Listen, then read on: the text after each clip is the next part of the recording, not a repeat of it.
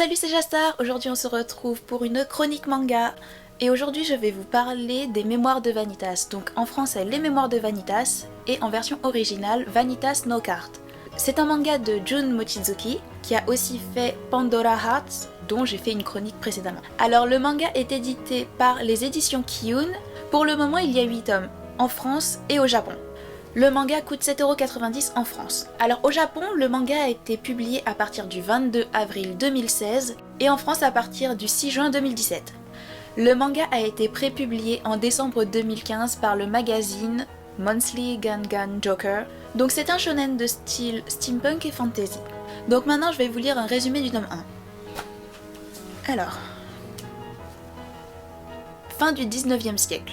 Paris est en plein émoi à la suite d'attaques répétées de vampires.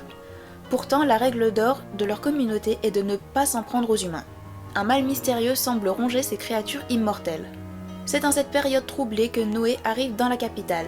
Né suceur de sang, il suit la trace du grimoire de Vanitas, artefact légendaire craint de tous les vampires. On dit qu'il permet à son détenteur d'interférer avec ce qu'il y a de plus sacré pour eux, le non véritable, symbole même de leur vie. Le modifier peut les rendre fous, voire les anéantir. À bord de l'énorme vaisseau flottant sur lequel il a embarqué, Noé fait la connaissance d'Amelia. Alors qu'il l'aide à se remettre d'un malaise, tout s'emballe. Elle perd la tête et révèle sa nature de vampire devant les passagers.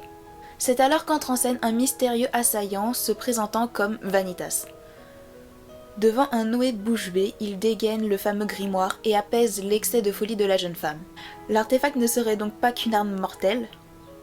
Vanitas, héritier du nom et du pouvoir du créateur du livre, a une mission. Sauver les vampires de la malédiction qui pèse sur eux.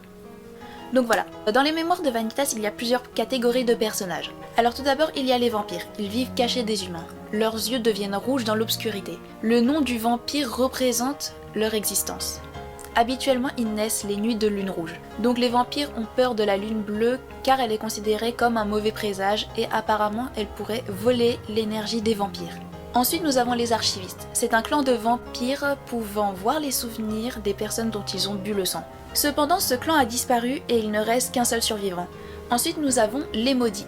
Ce sont des vampires qui portent un alias, c'est-à-dire que leur véritable nom a été altéré par une sorte de malédiction. En général, les maudits perdent le contrôle d'eux-mêmes et cherchent à assouvir une espèce de soif de sang, mais les symptômes vont différer légèrement en fonction du vampire. Ensuite nous avons les bourreaux, ce sont des personnes chargées d'éliminer les maudits.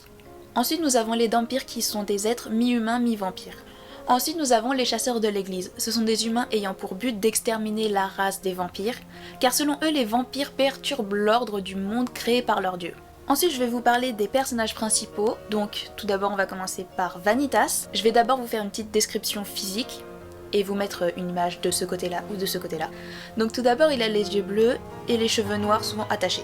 Il est souvent habillé de noir et de bleu, avec souvent une petite touche de blanc, et il porte aussi des gants. Ça aura son importance dans la suite de l'histoire. Donc, Vanitas est un humain ayant hérité du grimoire de Vanitas et de son nom. Grâce à ce grimoire, il peut soigner les maudits en leur rendant leur véritable nom qui a été altéré par la malédiction. Son but est de sauver tous les maudits.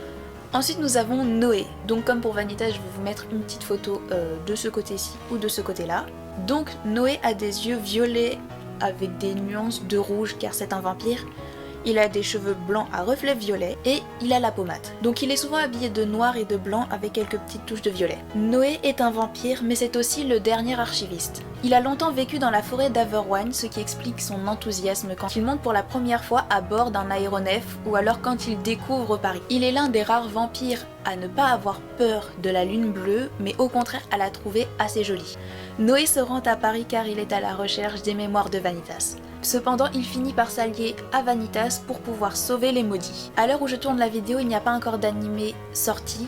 Cependant, il est prévu pour l'été 2021 par le studio d'animation Bones, qui a aussi produit Fullmetal Alchemist, Soul Eater, Noragami, My Hero Academia ou encore Mob Psycho 100. Donc mon avis sur le manga.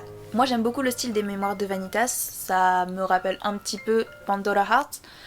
Bah aussi c'est la même mangaka, donc mais l'intrigue est hyper intéressante, c'est bien écrit, les dessins ils sont très beaux aussi. Et j'aime bien vraiment les détails de l'œuvre, et il y a même quelques petites références à des mythes et légendes. Par exemple, à un moment, on va avoir une référence à la bête du Gévaudan. Et du coup, j'ai trouvé ça très intéressant. Donc pour ceux qui aiment ce style de manga avec des vampires, donc de la fantasy, beaucoup de détails, une intrigue assez prenante, et ben n'hésitez pas à l'acheter parce que vraiment c'est un très bon manga. Mais pour ceux qui sont pas encore sûrs de vouloir l'acheter, attendez peut-être l'adaptation en animé pour voir si ça va vous plaire ou pas. Voilà, j'espère que cette vidéo vous a plu. Si c'est le cas, laissez un commentaire, abonnez-vous. Et je vais mettre dans les commentaires des propositions pour la prochaine chronique manga. Alors, à la prochaine!